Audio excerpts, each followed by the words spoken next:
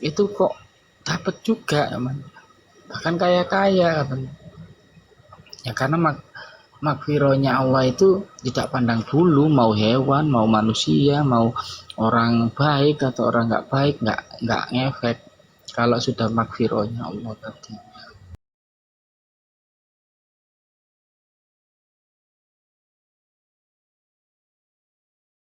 Ya ini bisa kepada hambanya siapa saja, nggak pakai sebab.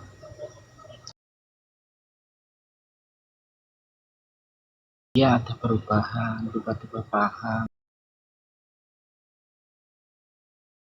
Ini disangkanya gila kan gitu. Akhirnya sahabatnya yang tahu tadi menyampaikan kepada teman-temannya. Karena di situ ditemui, kata Ibnu Rabi'i, ketahuan lagi saya. Saya tuh maunya menyepi tapi kok ditahu lagi. Gitu ya. Jadi gelandangan ditahu. Jadi orang masuk kuburan juga ditahu. Nah, akhirnya temannya yang pertama yang curiga tadi diajak oleh siapa ini, Ibnu Arabi. Ayo ikut aku. Nah, diajak ke makam. Duduk sini. Fokus ya. Itu diajaknya. Sekarang jangan berbicara apapun. Biarkan jiwamu berbicara dengan jiwa sang mayat ini. Kamu akan ngerti sebenarnya siapa yang hidup. Ya? Mayat ini yang hidup atau kamu yang mati, katanya. Akhirnya ada rasa getaran yang luar biasa. Karena sang sahabatnya Ibnu Arabi tidak kuat, melarikan diri. Akhirnya nggak berani mengusik Ibnu Arabi. Itulah makanya sang jiwa itu tidak perlu kamu cari. Ya. Sang jiwa itu tidak perlu kamu kejar.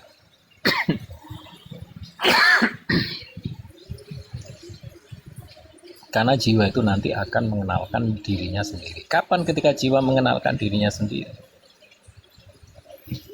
Ya ketika kamu sudah zuhud, ketika kamu sudah memfanakan diri. Nah, ketika kamu zuhud dan memfanakan diri, maka jiwa itu bermandikan cahaya. Nah, ketika jiwa memandikan cahaya itu sudah tidak menggunakan kesadaran. Itulah sang sadar itu sendiri ya. Sadarnya Allah. Ya, rasanya Allah. Ya, wujudnya Allah. Ya.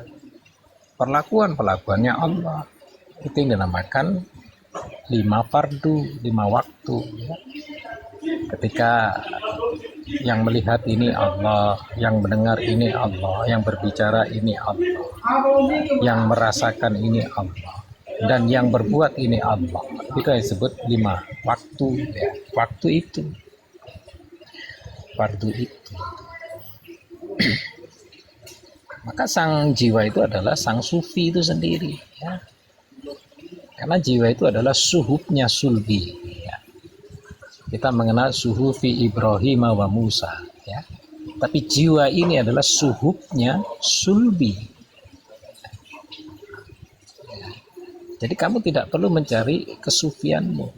Biarkan dia muncul sendiri ketika kamu zuhud dan fana itu.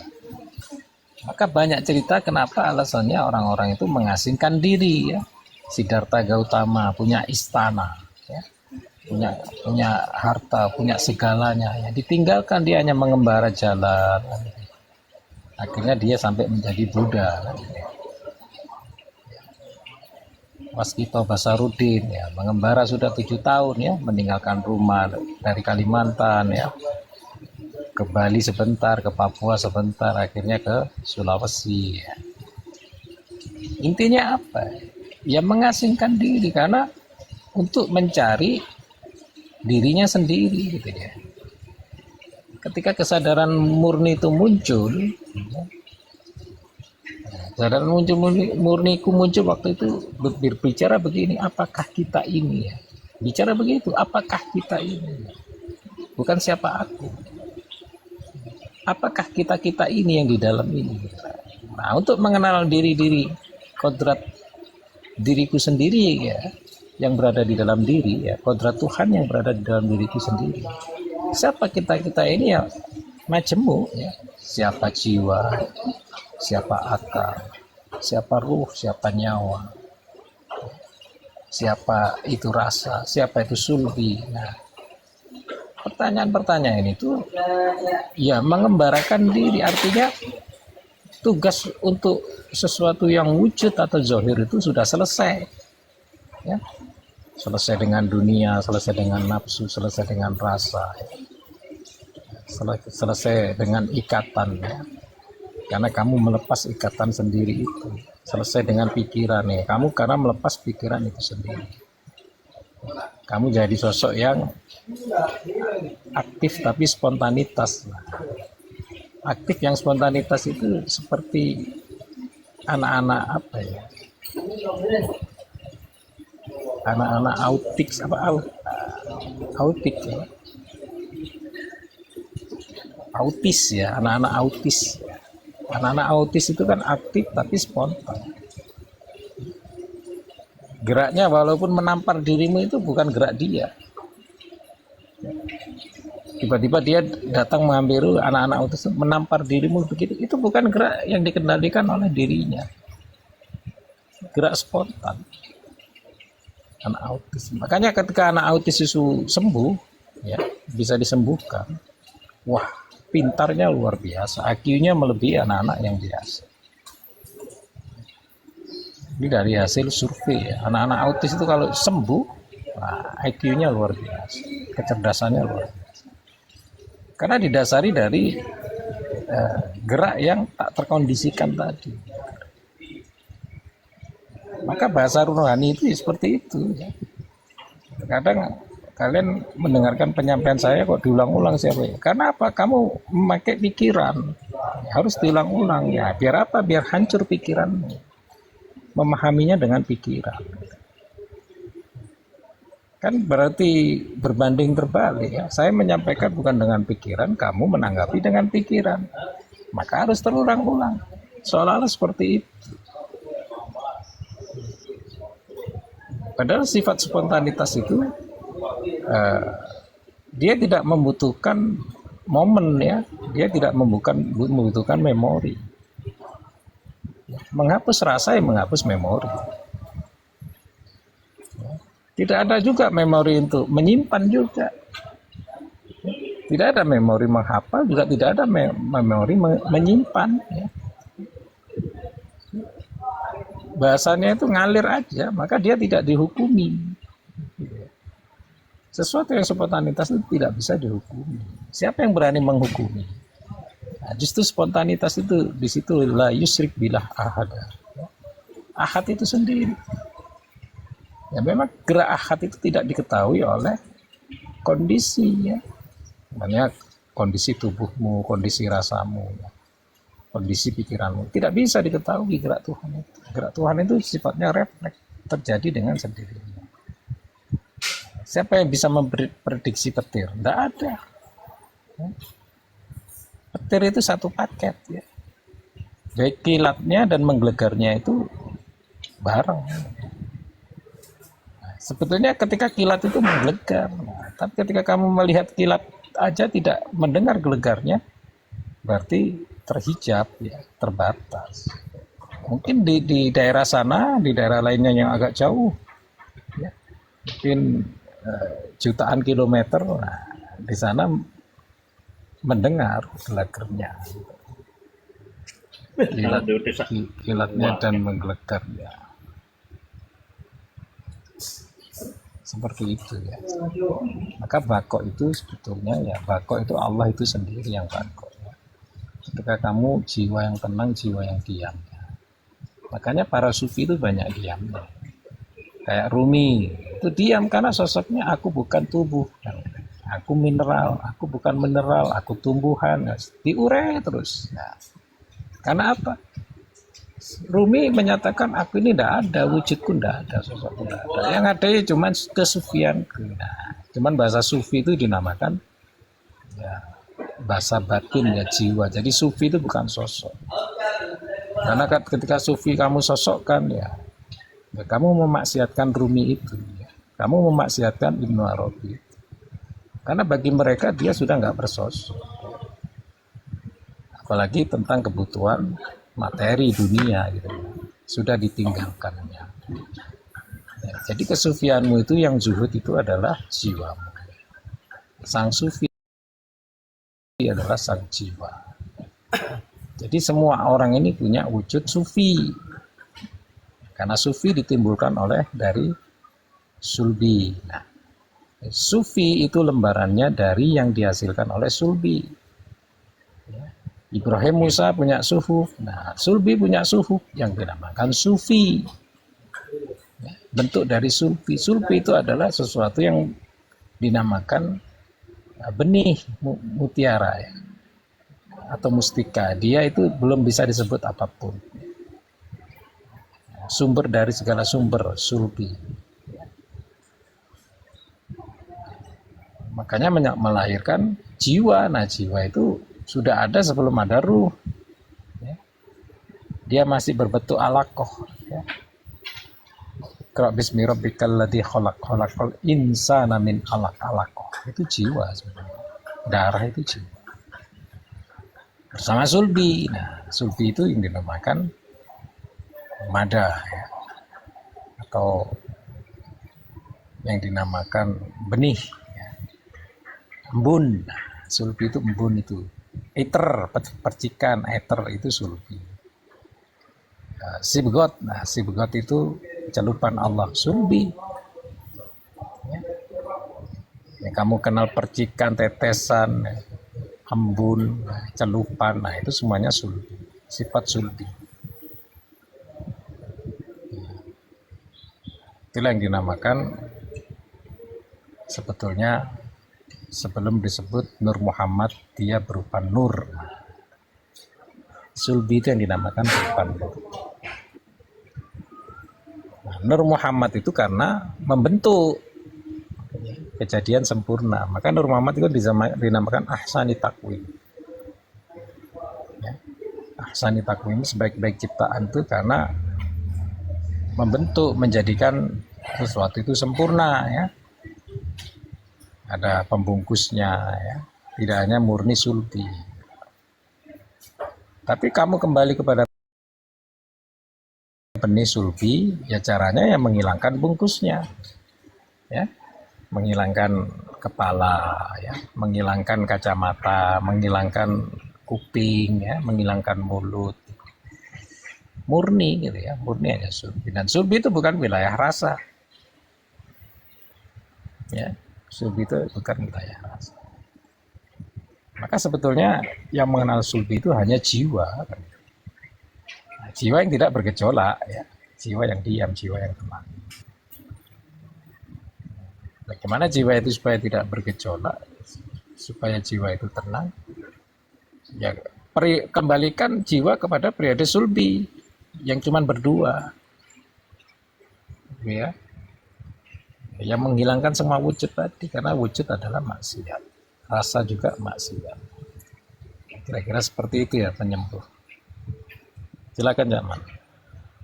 Mau kemana Cak Man jam 2? Oh, nanti jam 2 ada kegiatan ini, orang-orang pagi-pagi takjil. Kongres Cak Man. Nggih. Jadi masih adalah kita lanjut ya tentang terkait pertanyaan penyembuh tadi. Jadi perbedaan ridho dan bako itu, kalau ridho masih ada wilayah kemakhlukan sebagai hamba tadi, masih butuh proses. Tapi kalau sudah bako, sudah duduk, wilayah kehambaannya menjadi manifestasi. Ketika dia jadi manifestasinya, dia nggak ada lagi. Dikatakan ada, tapi tidak ada, dikatakan tidak ada, tapi ada. Jadi dia ada di alam jeda tadi ya bahasanya. Jadi di situ keberadaannya jiwa. Dia jiwa-jiwa yang diperjalankan tadi ya itu. Itulah kondisinya bako itu di situ dalam diri ya.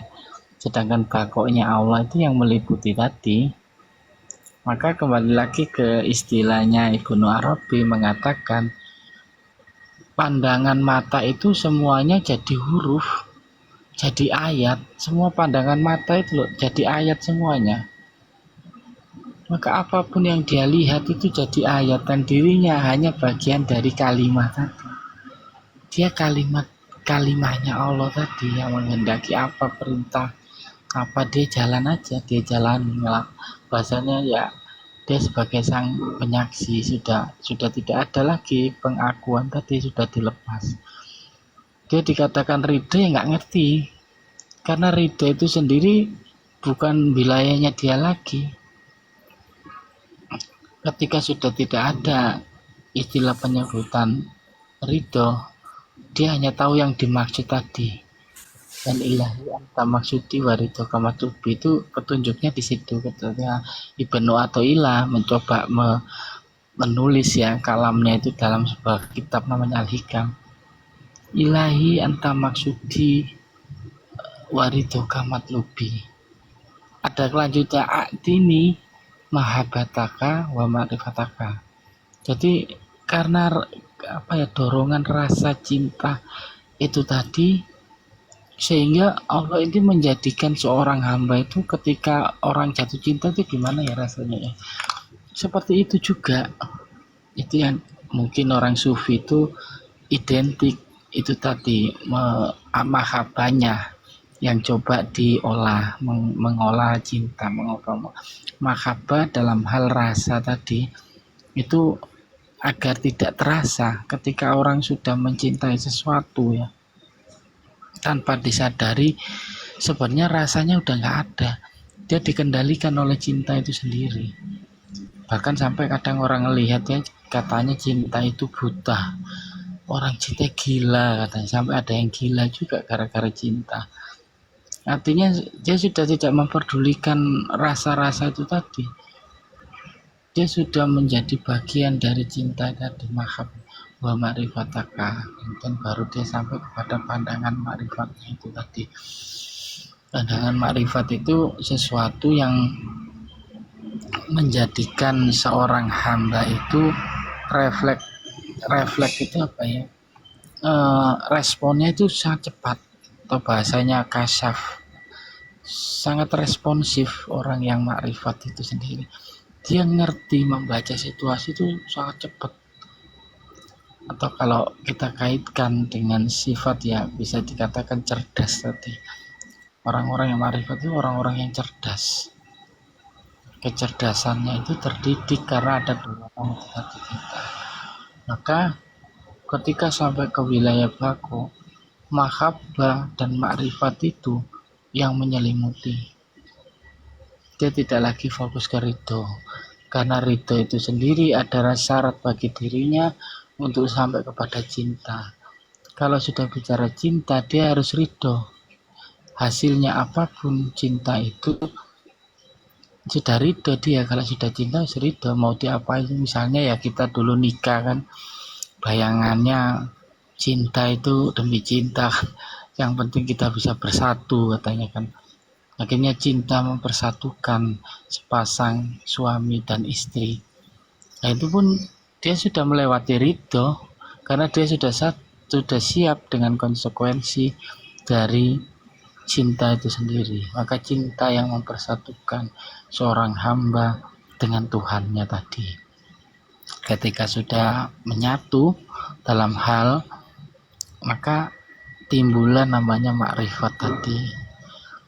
Sehingga makrifat ini cerdas. Kalau kita di rumah tangga ya, sudah rumah tangga ini, rezeki itu ada aja, responnya itu cepat. Bahasanya kalau dikaji ya makrifatnya itu cerdas ya. Segala cara yang penting bisa mencari nafkah untuk kebutuhan keluarga. Segala cara dilakukan. Nah ini makrifatnya yang sudah ketika cinta itu sudah bersatu, maka makrifat ngikut.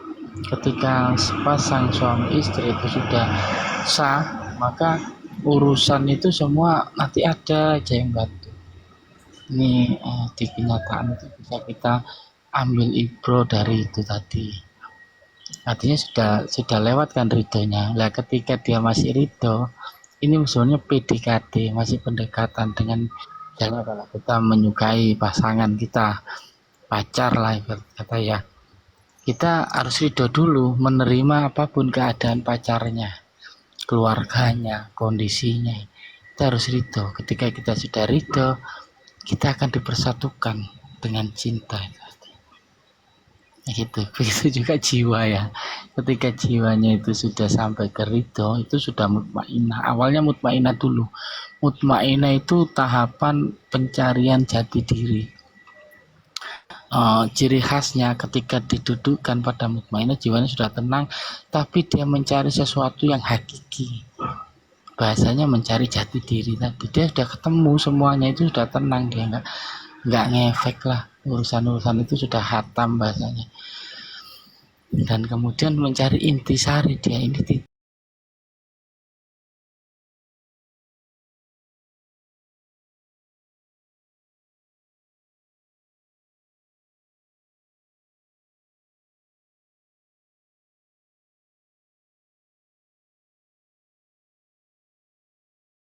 dari api. Orang lihat api kan takut. Obsesi yang terlalu berlebihan itu ya seperti api tadi, dia membakar dirinya sendiri. Kalau nggak dikendalikan tanpa disadari, obsesi itu akan merusak dirinya dan juga orang sekitarnya. Maka kajiannya kalau dalam agama itu, obsesi ini harus dikendalikan. Caranya bagaimana? Harus punya manajemen, harus punya konsep, harus punya tatanan, harus punya kaidah, harus punya kesepakatan kan, ijtihad dan sebagainya. Ini bahasa-bahasa agamisnya seperti itu untuk menekan obsesi tadi. Maka obsesi ditranslate dengan sebuah manajemen, sebuah tatanan, sebuah kaidah ilmu. Nah ini lebih lebih luas ruangan, seperti cahaya. Jadi manajemen kaidah-kaidah, tatanan-tatanan itu seperti cahaya, dia tidak membakar. Siapa yang mau mengikuti manajemen, tata cara, metode ini silakan. Padahal ini isinya ya obsesi, tapi dilembutkan, obsesi tadi dilembutkan, dimurnikan, jadilah cahaya tadi. Tapi kalau nggak punya ini tadi, manajemen, obsesi itu tadi membakar, dia seperti api, belum murni. Nah, seperti itu singkatnya Pak Penyembuh ya. Bedanya saya ulang lagi, yang pertama kalau masih ridho artinya itu masih proses, masih ada sifat kemakhlukan yang harus dia tanggalkan. Ketika sudah sampai ke wilayah bako, artinya bukan lagi melihat dirinya semata, tapi sudah menjadi manifestasi, atau bahasanya ya dia masuk ke dalam cinta itu sendiri. Itu bako. Jadi yang bako itulah cintanya tadi. Ya, terima kasih sedikit dari saya. Mungkin ada Bang Kang Resmi itu di bawah, kalau mau silakan. Iya, terkadang saya itu bingung. Ada penyampaian di bawah teori, ada penyampaian ya, di bawah bilang halu, gitu ya. Seolah-olah kalimat itu memojokkanmu, ya. Padahal saya justru senang ya dibilang teori, dibilang halu. Karena apa? Itu memang unsur, itu kodrat. Dinamakan unsur itu kodrat yang selalu ada di dalam dirimu. Makanya dinamakan teori itu ya wujud. Jangan alergi, jangan alergi dengan bahasa-bahasa itu. Karena dinamakan teori ini ya wujud. Wujudmu ini teori sebetulnya kan gitu. Tubuhmu ya, pikiranmu itu kan wujudmu itu adalah teori itu sendiri. Nah, untuk yang halu itu kan urusan batin, ya. Karena batin itu ya halu. Gitu. Maka ketika wujud itu menjadi teori, nah supaya menjadi fakta, ya wujud itu jadikan wujudnya Allah kan gitu ya, la maujuda illallah. Maka batin itu supaya tidak jadi ya, memustahilkan kan gitu ya. Karena apa? Ketika kamu memustahilkan sesuatu kepastian tadi, itu dinamakan kamu kembali kepada Allah. Ya. Mustahil itu kan kembali kepada sifatnya Allah, ya. Kemustahilan. Nah, ya. Kepastian yang mustahil itu ya yang pastinya Allah yang tahu kan gitu ya. Apapun yang kamu nyatakan kata Allah mustahil gitu loh ya. Nah, sudah diwakili oleh orang-orang yang menghujat muahalu mustahil ya. Harusnya kamu bersyukur gitu ya. Karena apa? Mustahil dan halu itu kembali kepada Allah. Memang apa yang saya sampaikan itu mustahil gitu loh ya. Ketika bicara teori begini-begini gitu ya. Terus yang benar apa? Yang benar laku. Nah, ketika laku kamu akui, nah bukan Allah yang melakukan, nah itu namanya dolim malahan kan gitu ya.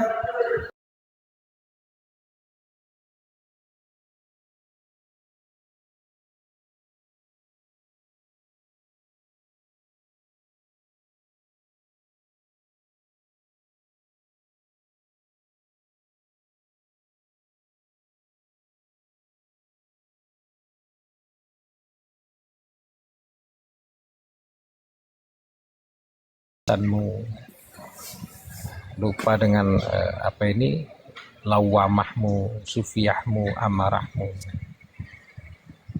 Ditumbuk terus ya, diberi penderitaan terus. Jadi tumbuk itu kan sakit. Nah, akhirnya kamu menjadi sosok yang murni tadi, jiwa yang murni. Ya lanjut Cak Man, mungkin Cak Man mau menyampaikan. Soalnya jam 2 Cak Man mau pergi. Oke Pak, terima kasih. Jadi teori itu sendiri bahasanya kan sebuah konsep. Konsep ini sebuah kaidah tadi yang kita bahas tentang kaidah. Kaidah itu di dalamnya ada obsesi.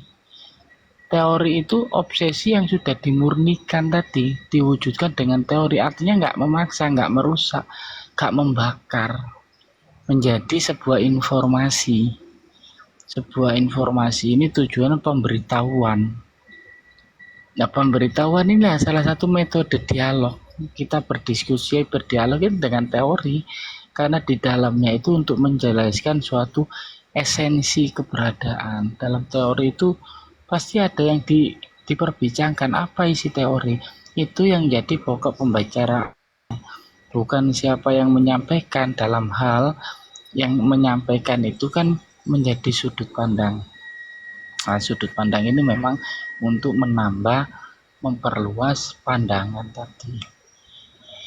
Maka obsesi dari iblis yang diceritakan tadi itu dia membakar dirinya karena dia tidak bisa menteorikan. Maka ketika dites sama Allah ya, Adam ini cerita lagi ya. Adam, ceritakan nama-nama itu, disebutkan secara teori manusia itu pinter. Iblis, kamu sebutkan nama-nama, nggak bisa ngomong, katanya kamu pinter, katanya cerdas. Oh, yang penting praktek, itu. Waduh, ya langsung praktek. Anak TK ya bingung, anak SD bingung, artinya nggak bisa diterima pembelajarannya. Sedangkan teori, ketika dijelaskan, itu akan menjelaskan, oh ini masih anak-anak, oh ini sudah dewasa. Ini yang dipahami teorinya sama, tapi yang menangkap 10 orang beda. Kalau masih SD, memahami teori itu ya sebatas materi SD, SMP, sampai SMA, begitu seterusnya. Dan inilah fleksibelnya teori tadi. Maka jangan menganggap teori itu dengan sebelah mata, karena sama dengan dia menutup dirinya seperti iblis tadi. Dia menutup dirinya dengan teori, nggak bisa menyebutkan nama-nama tadi. Dia hanya bisa membakar dirinya tanpa disadari ya. Dan iblis juga menerima kenyataan itu sendiri, karena demi cinta tadi, yang fokusnya adalah kepada cinta. Teori juga menjelaskan tentang cinta. Api menjelaskan tentang cinta juga. Tapi ketika teori ini menjadi cinta, dia jadi cahaya, dia jadi penerang, dia menjadi penjelasan. Dan itu nanti baru bisa diterima. Oh, dari teorinya ini kayaknya orang ini menyukai ini, menyukai itu. Nanti ada kecenderungan di situ sehingga mudah dikenali. Kembali lagi ke pemahaman tentang yang bakok tadi ya. Jadi penempaan itu sendiri penghancuran, pengenaan, terus apa ya, itu pemurnian. Kalau saya sering menyebut itu memurnikan ya, kita murnikan tadi, jiwa itu dimurnikan ya, ditempa secara jasmaninya, fisiknya itu dihajar benar-benar, bahkan bisa kepala ini jadi kaki, kaki bisa di atas kepala gitu, kaki jadi kepala, kepala jadi kaki. Ini gimana ya, coba bayangin rasanya itu gimana. Jadi nggak perlu diinjak-injak orang, kita injak sendiri diri kita hancurkan sendiri diri kita agar tidak ada rasa tadi. Ini salah satu metode untuk sampai kepada alam yang bako tadi. Ketika sudah pada wilayah bako, yang ada hanya manifestasi tadi. Menurut Ibnu Arabi tadi ya, dia mengatakan bahwasannya manusia bahkan seluruh isi dari alam semesta ini hanya manifestasi, bukan sifatnya pribadi yang seakan-akan misalnya Cakman seakan-akan itu menyampaikan diri. Enggak, sebenarnya yang berkalam ini adalah manifestasi dari kalamnya tadi. Yang mendengar pun hakikatnya manifestasi dari dia.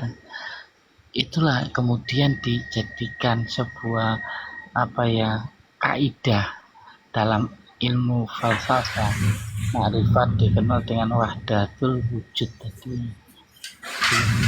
Wahdatul wujud ini sebenarnya masuk kepada alam yang baku, alam yang kekal ya, alam yang tidak bisa lagi tidak bisa dipisah.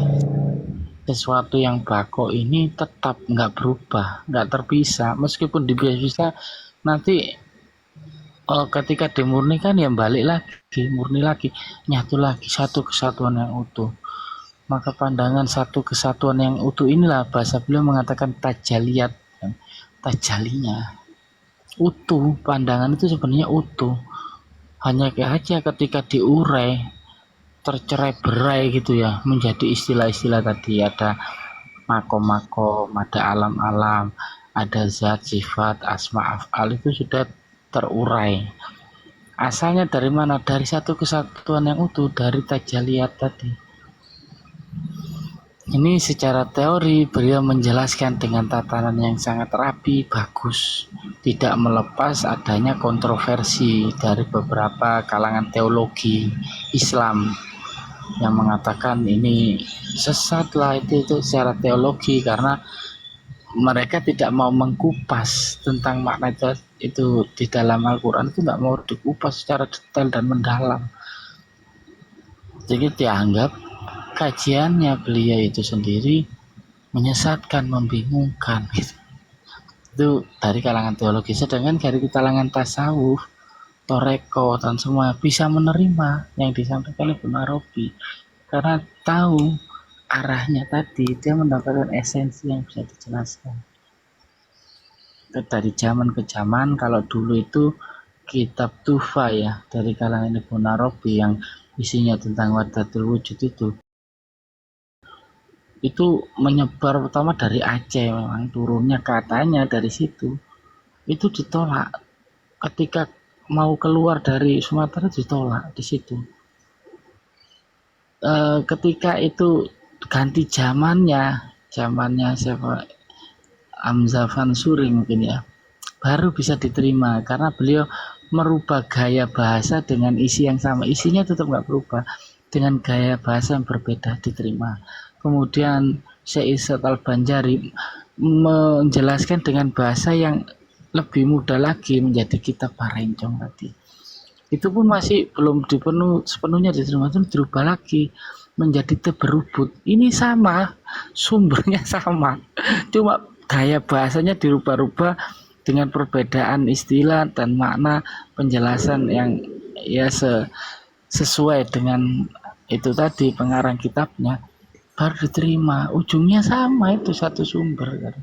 Dari Ibnu Arabi diterjemahkan ke Hamzah Fansuri, kemudian dikaji oleh Syekh Ishaq Al-Banjari, kemudian jadi Teberubut. Sekarang siapa itu nama orangnya saya lupa. Saya ingat Tong ya apa gitu namanya. Saya masih ingat kitabnya ada 3 jilid itu. itu diterjemah dengan bahasa Indonesia, namanya Ti Berebut. Itu sempat menimbulkan kontroversi. Nah, ketika ini disandingkan dengan kajian-kajian yang lain, misalnya tentang usul diri dari Zulkarnain Banjar, dari orang-orang yang suka ini, ya seperti mohon maaf seperti Abu Wasidot juga, dia itu berkelana membuat buku, akhirnya itu bertahun-tahun baru bisa difahami. Ya seperti ini, media sosial, secara dunia nyata ya, media sosial ya. Nah, siar-siar ini itu isarohnya dulu. Ibnu Arabi itu ketemu Nabi Khidir di udara. Nah, hikmah di udara ini apa? Ya di media sosial ini juga udara. Jadi diceritakan dalam kitab Al-Isra apa itu bahwasannya Ibnu Arabi ini ditemui Nabi Khidir 3 kali. Yang pertama dia jadi guru dunia. Nabi Khidir merubah dirinya menjadi guru dunia agar melepas atribut duniawi. Yang kedua di air. Air ini nanti ketemu ilmu, bisa jadi tinta, bisa jadi kitab karangan. Jadi ilmu yang membuat banyak kitab lah ditemui melalui air. Yang ketiga melalui udara. Udara ini adalah ya itu tadi, kalau kita itu ya di media sosial, kalau beliau itu di udara ya beliau berkelana dari Andalusiana ke Konya, ke mana Golgota, Yerusalem sana. Jadi berkelana beliau itu seperti berjalan di udara.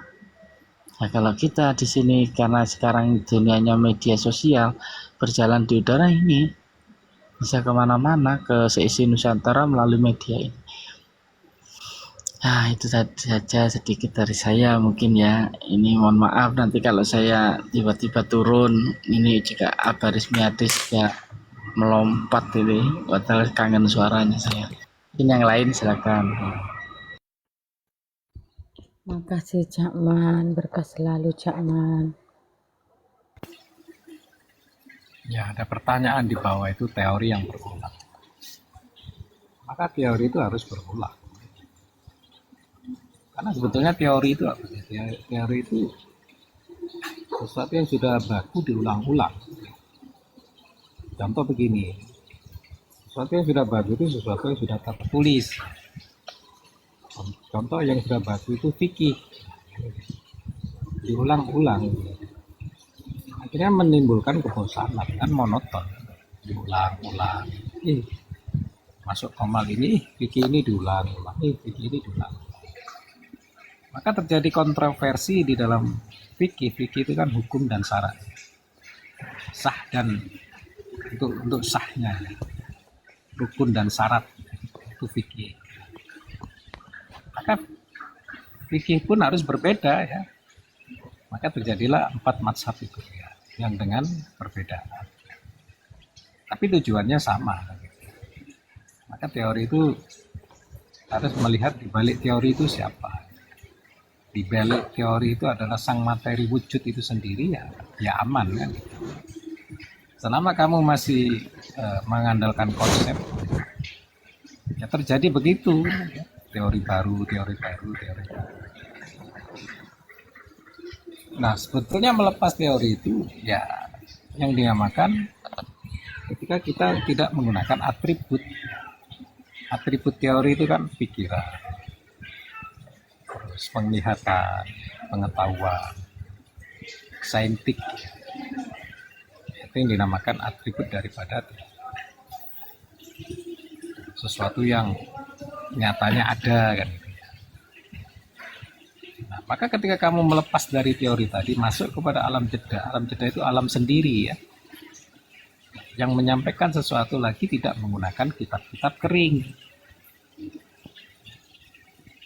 Ya zaman, menyampaikan sesuatu itu dengan kitab-kitab basah. Oh dia Cak Man, berkah selalu Cak Man. Kitab basah itu yang dinamakan kitab rohani, bahasa rohani. Maka yang muncul itu sesuatu yang akhirnya menjadi sesuatu yang dipandang aneh bagi orang yang masih keterkondisikan dengan teori, keterkondisikan dengan konsep. Kok nggak berteori dengan ini ya? Kok nggak berkonsep dengan ini ya? Ini berkonsep kepada siapa? Nah, ketika saya disebut begitu itu saya justru suka. Kamu itu menyebutkan sesuatu yang bikin bingung. Nah, justru bingung itu adalah ketika kamu menolak keterikatan, ya. Kamu menolak keterkaitan. Ketika teori itu adalah mengikatmu, ya kamu melepas teori bagaimana? Harus terjadi kepada ruhani, ya, atau dinamakan kitab basah. Kalau kitab kering diulang-ulang, akhirnya jadi gosong. Kan? Kalau kitab basah disampaikan, akhirnya menjadikan kamu kosong. Kitab kering diulang-ulang, dibaca, disampaikan, akhirnya terbakar kitab gosong. Tapi kalau kitab basah yang menyampaikan, seperti bahasa-bahasa ruhani, ya, bahasa-bahasa akrobatik yang biasa saya sampaikan itu, ya, menjadikan dirimu kosong. Karena kamu mengikuti alurnya bagaimana menyampaikan bahasa ruhani tadi. Nah, itu harus kosong gitu.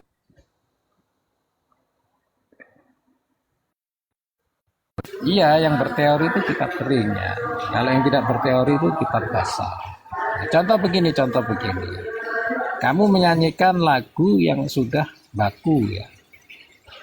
Contohnya lagu pelangi ya, pelangi alangkah indahmu, baku, ya, dinyanyikan di sana di sono, ya.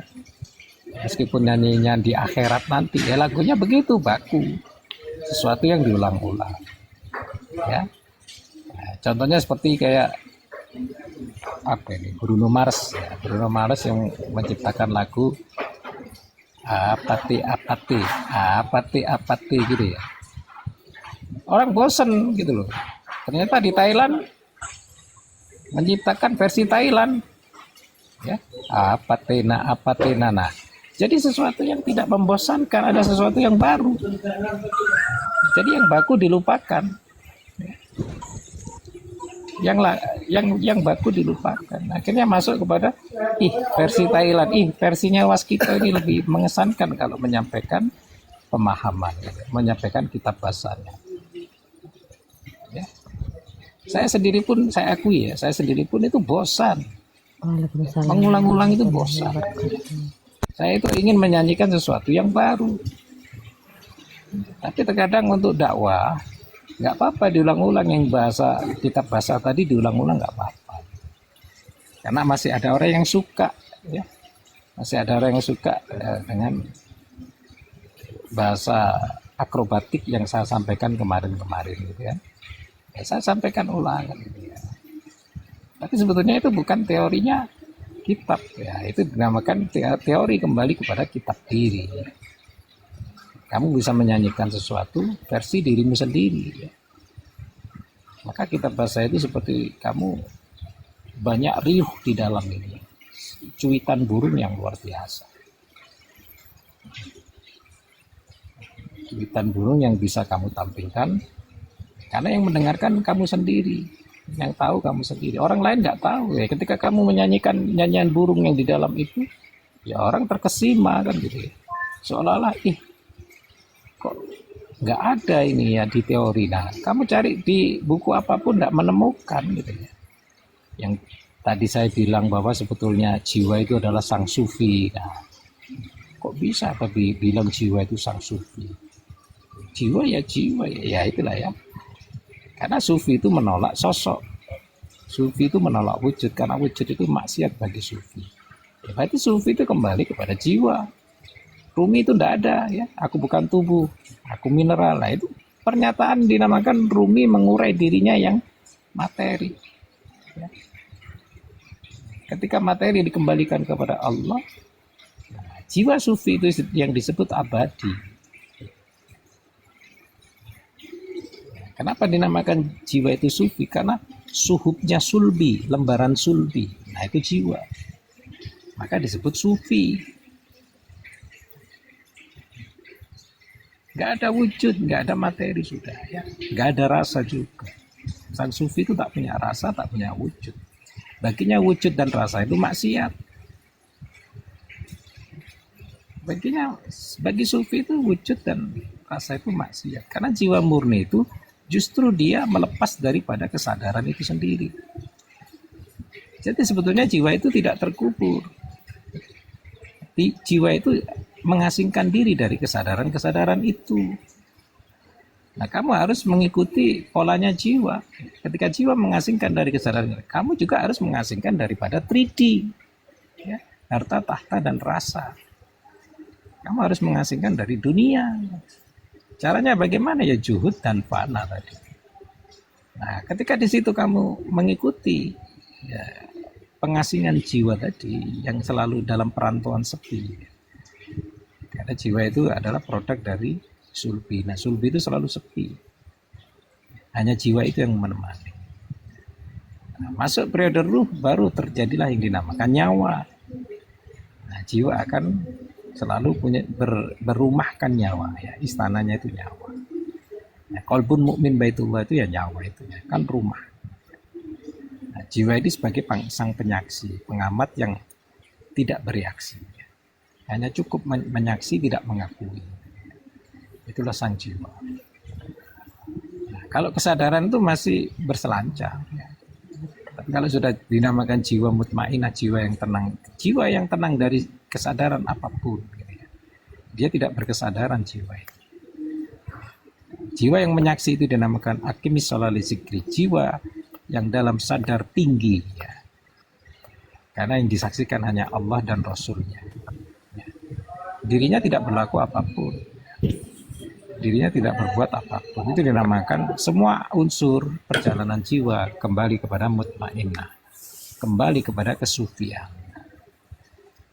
Ya. Maka kamu pandang yang disebut nama-nama para sufi itu jangan lihat wujudnya, sosoknya, ya, lihat jiwanya. Nah, maka jiwa itu akan hidup, ya. Dan akan bisa kamu masukin jiwanya, kamu terasuk oleh jiwanya. Jangan melihat penyampaian ilmunya, jangan melihat penyampaian pemahaman yang disampaikan, gitu ya. Tapi lihat jiwanya, gitu ya. Jiwanya itu lebih kaya, hatinya itu lebih kaya. Maka pikat hatinya, pikat jiwanya. Dulu guru-guru saya itu saya pikat semua. Ya. Tidak hanya saya dengarkan ilmu atau penyampaiannya. Saya ini ingin kolbi ila kolbi. Ya. Atau ruh ila ruh. Saya ambil hatinya, saya ambil ruhnya. Ketika saya punya guru seperti itu, ya. Saya itu cuma cari guru satu, prinsipnya satu. Ya. Beliau yang sudah dekat sama Allah. Dan beliau yang didekatkan oleh Allah. Itu guru bagi saya. Ya. Gak perlu kemahsurannya. Ya. Gak perlu namanya, gak perlu wujudnya. Itu aja. Ketika beliau dekat kepada Allah, itu guruku. Nah, di sini dinamakan kita memperluas samudra jiwa. Ya. Ketika jiwamu gede, luas, ya, kamu nyata akan menyaksikan Nur Muhammad itu sendiri. Karena Nur Muhammad itu adalah percikan jiwa. Percikan Nur Muhammad itu ya jiwa-jiwamu itu tadi. Ya. Ketika berkumpul, semakin luas, semakin gede, ya, kamu menjadi sosok yang kuat. Kuat dalam apa? Kuat dalam menerima energinya Allah. Ya. Kullu say'un halikun ila wajahah. Wajahullah, energi Allah itu bisa kamu tampung semuanya. Ya, kata Allah, tidak ada bisa yang menampung. Ya. Langit dan bumi tidak bisa menampung apa yang aku punyai. Tapi yang bisa menampung adalah qalbun mu'min baitullah. Ya. Baitullah, rumahnya Allah sendiri, kemuliaan Allah. Maka kamu harus menjadi kemuliaan Allah, menjadi rumahnya Allah. Ya, kata Allah, rumahnya Allah itu jannah bagi Allah, baiti jannah. Ya. Kemuliaan rumahku adalah surga bagi aku, kata Allah. Ya. Nah, makanya di sini ketika kita sudah menyadari bahwa sufi itu adalah jiwamu sendiri, nah, kesufianmu adalah kesucian jiwamu sendiri, kemurnian jiwamu sendiri, ketenangan jiwamu sendiri. Maka tak perlu engkau mencari dan mengejar kesufian. Ya. Ketika kamu hancur atau bersifat seperti jiwa, mengasingkan diri dari kesadaran-kesadaran tadi, ya, dengan zuhud dan fana tadi, maka otomatis jiwa itu akan bermandikan cahaya. Nah, ketika jiwa bermandikan cahaya, tidak perlu kamu cari jiwa itu, tidak perlu kamu kejar jiwa itu, tidak kamu perlu temui jiwa itu, maka cahaya-cahaya itu akan menjadi dan jiwa akan nampak senyata-nyatanya kepada kesadaranmu sendiri, kan gitu ya. Yang dinamakan kesadaran ahad, ya, kesadaran ahad itu ya kesadaran nyawa. Nah, ketika sudah nampak jiwa itu tadi dan bergabung dengan nyawa, disitulah yang dinamakan persaksian sempurna, ya, persaksian di dalam muntaha itu sendiri. Nah, tinggal menjadi persaksian yang di mustawa, yang menjadi tajalliyat tadi. Karena ketika bergabungnya dua kosong, kosongnya nyawa dan kosongnya jiwa, menjadi Baitullah, ya, menjadi rumahnya Allah, kemuliaan Allah, ya. Kosongnya jiwa, sucinya jiwa. Maksud kosong itu bahasa suci, ya, jangan diartikan kosong itu bahasa aneh-aneh. Kosong jiwa itu sucinya jiwa, kosong nyawa itu sucinya nyawa. Ketika dua suci itu bertemu, mereka harus ijab kabul dan menjadi satu yang dinamakan Baitullah, ya, rumahnya Allah. Yang dinamakan fadkhuli fi ibadi, ya ayatuhan nafsul mutmainnah irji ila rabbik radiyah matiyah. Fadkhuli fi ibadi, masuklah ke dalam golonganku, ya masuklah kamu menjadi Baitullah, ya, menjadi rumahnya Allah, menjadi kemuliaan, ya, dirimu yang dimuliakan oleh Allah. Kamu punya rumah seharga 5M, ya, mewah rumahmu, ya. Apa kamu tidak memuliakan rumahmu? Enggak mungkin, ya. Pastilah kamu rawat, ya, kamu jaga, ya. Kalau catnya kusam, dicat lagi, ya. Kalau kebunnya itu banyak rumput, ya, dibabat rumputnya, ya, dibersihkan. Pasti kamu rawat, gitu, ya. Begitu juga Allah, ya. Ketika kamu sudah menjadi rumahnya Allah yang dinamakan ibadi tadi, golongannya Allah. Nah, rumahnya Allah itu yang disebut oleh Allah dinamakan hamba. Nah, itu rumahnya Allah. Maka ketika Allah masuk kepada hamba, dibolehkan, karena rumahnya Allah. Dan hambanya sifatnya menunggu kedatangan. Nah, sifat hamba yang menunggu kedatangan itu sudah menjadi khidir. Kalau berkesadaran itu Jibril, nah, tapi kalau sudah sifat yang menunggu kedatangan Allah itu dinamakan khidir, menghilangkan kesadaran itu sendiri, menghilangkan rasa itu sendiri. Khidir itu kan hadir, huduri qalbi, hudur kepada Baitullah. Nah, sifatnya hanya menunggu, tanazulat aja yang ditunggu, sudah tidak ada taroki. Makanya bahasa yang saya sampaikan itu tanazul terus, nggak ada taroki, ya. Karena di atas ma'rifat ada proses yang ditempuh atau tahapan yang ditempuh dinamakan amri rabbi, urusan Allah atau amruhu. Maka kajian amri rabbi itu hanya menunggu kedatangan yang hadir dengan sendirinya oleh Allah itu sendiri.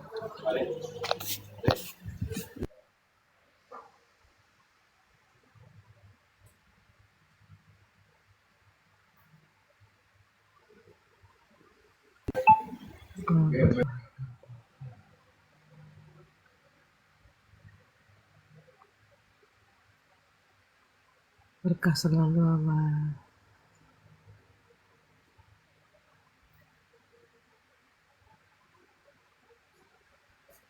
Silakan yang lain, mungkin yang baca atau bang tua silakan.